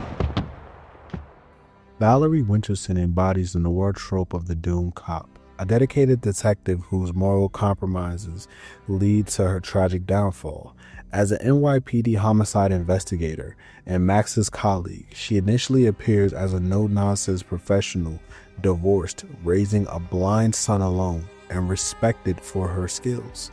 Yet her secret relationship with Vladimir Lem reveals her vulnerability to corruption, mirroring noir's themes of institutional decay. Winterson's arc is defined by her dual loyalties. Her duty to the law clashes with her entanglement in Lem's criminal empire, culminating in her betrayal of Max and Mona Sachs. Her death at Max's hands, a desperate act to protect Mona, underscores the game's fatalism, where even sympathetic characters are sacrificed to its grim narrative logic. Winterson serves as a foil to Max, reflecting his own moral acuity. Where Max operates outside of the law for personal justice, Winterson bends it for survival, accepting Lem's financial support for her son's schooling. Her betrayal evokes classic noir femme fatales, though her motivations are maternal rather than malicious. The police station shootout and her final confrontation with Max at the construction site frame her as a tragic figure, caught between her profession and her compromises. Her death, shot by Max mid-sentence, echoes noir's abrupt, unglamorous violence, reinforcing the game's bleak world view. Stay out of this, Max. You're only making it worse. You've been suspended. She's one of them. She's here to kill me. I'm doing my duty. She is a fugitive murder suspect. I'm taking her in. She resists, she gets shot. As surely as the bullet rips through the victim's flesh, organ, and bone, it shatters the image of the man who presses the trigger. Easy. Back off, Payne. This is what I see when I look back. These moments, blinding as snow, they kill you, change you. You die and live again, remade. No, Mona. Winterson!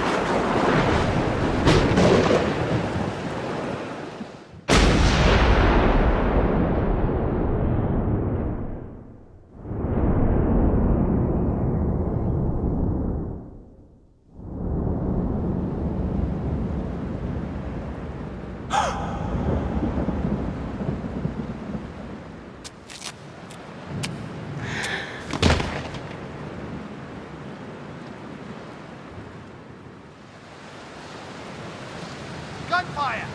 This way, fast! Go! Go, run! Mona! Over here!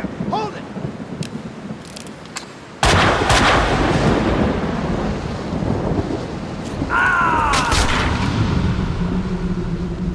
Detective Winterson! Officer down! He went over the edge! Last but not least, let's talk about Chief Jim Bravura. In Max Payne, Bravura was a straightforward antagonist, a by-the-book lieutenant who viewed Max as a rogue cop. His role was minimal, defined by his pursuit of Max at the game's climax. Max Payne 2 reframes him as a flawed mentor, leveraging his own struggles with addiction to connect with Max's grief. His insistence that Max attend an AA meeting highlight their shared trauma, though Max's refusal to comply reinforces isolation. Bravura's near death in the hospital siege, a noir staple of innocence caught in the crossfire, further humanizes him, transforming him from a bureaucratic obstacle into a casualty of the story's larger conspiracy. Bravura personifies noir's institutional futility, a good cop navigating a corrupt system. His attempts to rehabilitate Max mirrors classics like the Maltese Falcon's Captain Jacoby, where authority figures try and fail to steer anti-heroes towards redemption. His survival, unlike many noir side characters, offer a glimmer of hope through his sidelining, underscores the genre's cynicism about the systemic change. Ultimately, Brevor's arc served as a foil to Max's. Both are broken men, but where Max embraces violence, Brevor clings to the illusion of order. His presence grounds the game's fantastical bullet-time action in a world of consequences, making him one of the series' most quietly tragic figures. Were you thinking at all? I was following a lead. She was helping me. She is a fugitive murder suspect, for Christ's sakes! I was trying to save those people from the cleaners. The two cases are connected, mine and Winterson's. Senator Gate was killed by the cleaners. They are connected. Winterson can have them both. She doesn't back you up. I was doing my job. I'm sorry to do this, Payne, but it's for your own good. Hand me your guns. I'm putting you to a desk job. Start by writing a report on what the hell happened on the Upper East Side. Fraternizing with the enemy, I had stepped over the edge. The cartoon moment when the gravity waits for the coyote to realize his mistake before the plunge. Get yourself to a counselor. You're falling apart. When you're ready to go to AA, come talk to me. Get your act together. And get someone in here to help me with this mess.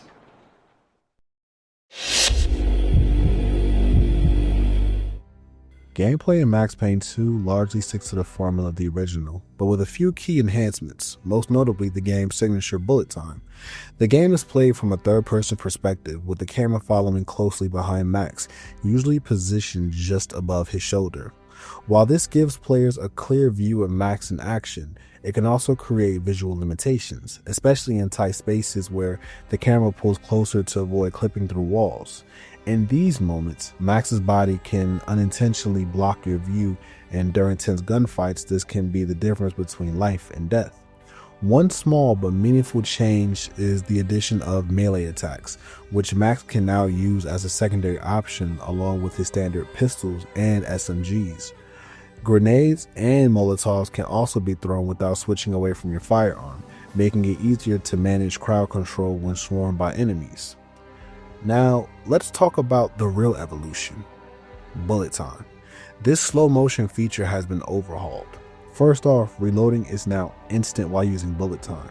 In some cases, the game even gives you a slick cinematic camera angle as Max twirls his weapons mid-air during a reload. Pure action movie flair. Even cooler, bullet time now rewards momentum. Defeating enemies while active will extend its duration, allowing you to chain together slow-mo shootouts across entire levels if you keep up the pace. That might sound like it makes the game easier, but Max Payne 2 makes sure to balance things out with smarter enemies. The AI has gotten a noticeable upgrade. Enemies now use cover more effectively, communicate with each other, and work in squads to flank and suppress Max. Corners, boxes, and environmental objects are used well by enemies trying to stay alive. To survive, you'll need to master bullet time and to use the environment to your advantage, along with the game's staple resource, painkillers. But fair warning, the AI can almost be too good at times. Enemies will pop off shots from a distance to stay hidden until it's safe to fire again. Later in the game, enemies' bullets do increase damage, especially in boss encounters. It's not impossible by any means, but expect a challenge, and don't forget to quick save often. Now, Max Payne 2 retains and refines the difficulty system from the first game, offering multiple ways to experience the story. The default mode is the detective mode. This game dynamically adjusts to your performance. If you're struggling, enemies ease up. If you're doing well, they get tougher. A great starting point. Then there's Hard-Boiled, a fixed, tougher difficulty where enemies always hit hard and act aggressively. It's unlocked after completing the game in Detective mode. Then we have Dead on Arrival, the most brutal challenge. Same as Hard-Boiled, but with a limited number of saves per chapter, only for seasoned players. Unlocked after completing the Hard-Boiled mode, this mode is vital to beat if you want to see the alternate ending of the game, although it's not canonical. Then there is the New York Minute, a time attack mode. This mode was originally seen in the first game, and in this mode, killing enemies adds time. So speed and efficiency are key. This mode is unlocked after finishing the game on Detective mode. These layered gameplay systems ensure that Max Payne 2 isn't just about style. It's about strategy, reflexes, and choosing how far down the rabbit hole you want to go.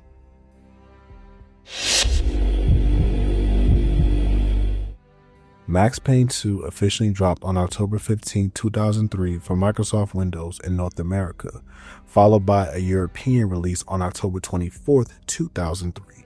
This version is widely considered the definitive edition of the game. Visually, it stands out with sharper textures, higher quality visuals, and an overall more polished presentation. The gameplay is smooth and responsive, taking full advantage of PC hardware capabilities. In terms of performance, visuals, and immersion, the PC version remains the gold standard for the Max Payne 2 experience. Now, let's talk about the PlayStation 2 port, which launched on December 2, 2003 in North America and December 5, 2003 in Europe. This version didn't fare so well. Visually, it was often described as downright ugly, with a shell-shaded look, blocky character models, and a noticeably altered Max Payne. Backgrounds were blurry and lacking detail, especially compared to the PC release. On the audio front, the sound design took a hit. Dialogue clips felt repetitive, and even the iconic theme song was toned down compared to the first game. Gameplay-wise, the PS2 version suffered from long load times. Although the AI was improved, making the game more challenging, it also became more frustrating. The control scheme was switched from the original, which could throw returning players off. Overall, this version was seen as a mediocre port, weighed down by technical limitations and compromises in both visuals and performance. Lastly, we have the Xbox port, which released on November 25, 2003 in North America and again on December 5, 2003 in Europe. This version was a massive improvement over the PS2 port. While it didn't reach the graphical fidelity of the PC version, it offered a more immersive and refined experience on a console.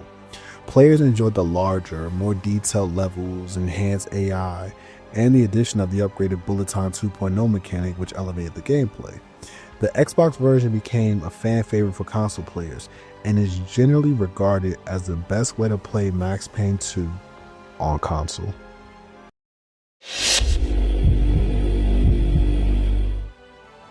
Max Payne 2: The Fall of Max Payne received widespread acclaim from critics and players alike, solidifying its reputation as one of the greatest video game sequels ever made.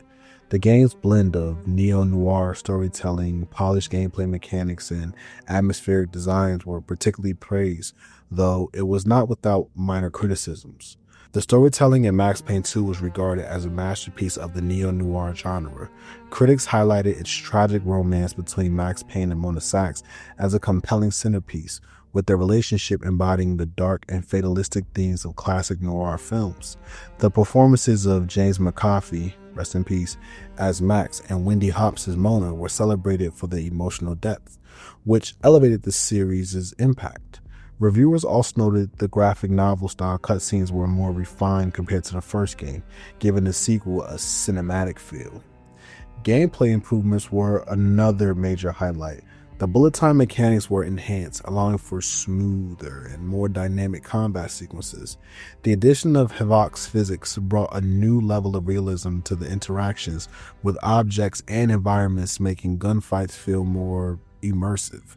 Players appreciated the polished controls and fluidity of action, which made the experience both engaging and satisfying. Visually, Max Payne 2 showcased significant advancements over its predecessor. The graphics were praised for their attention to detail, particularly in character models and environmental design.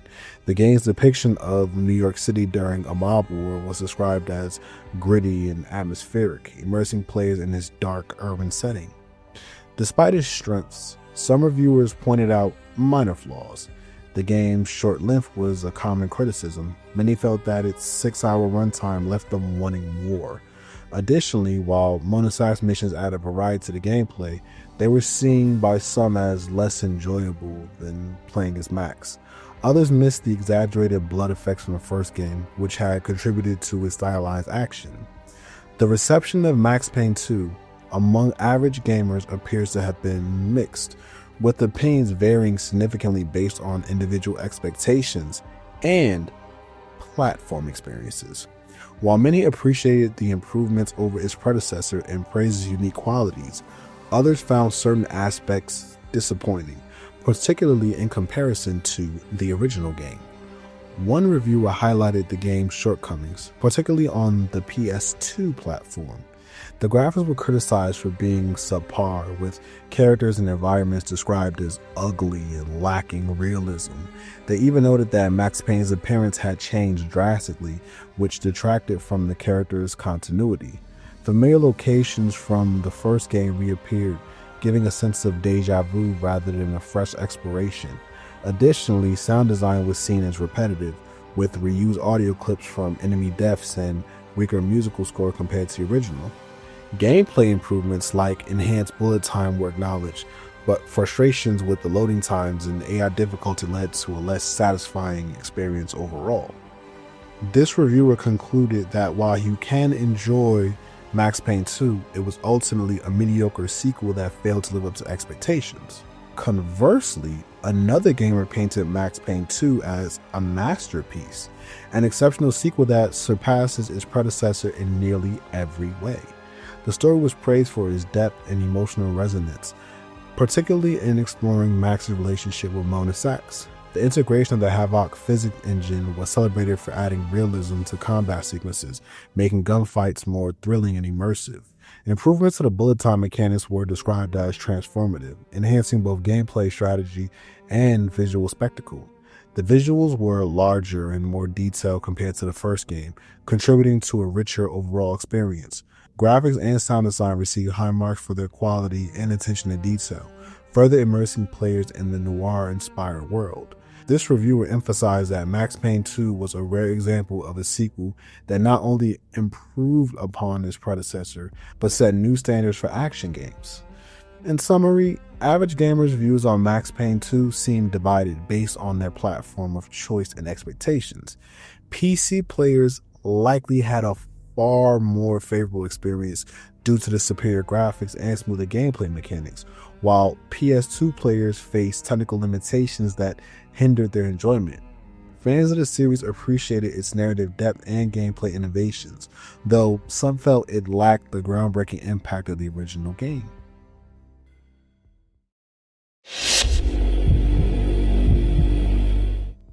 So, if you didn't know, I didn't grow up playing Max Payne.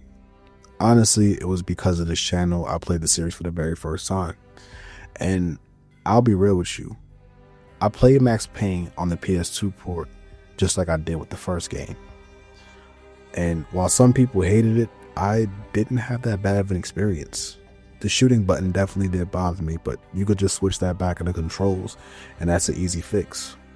But when we move on, the story was fantastic. But I'm not gonna lie, the difficulty of this game definitely tested me at times. There were moments where I found myself getting shot and having no clue where it was coming from. It was frustrating. Sometimes you just die and just sit there wondering who hit me and from where. That, to me, was probably the most annoying part of this game. Even bullet time, while still stylish, felt a bit different from the first game.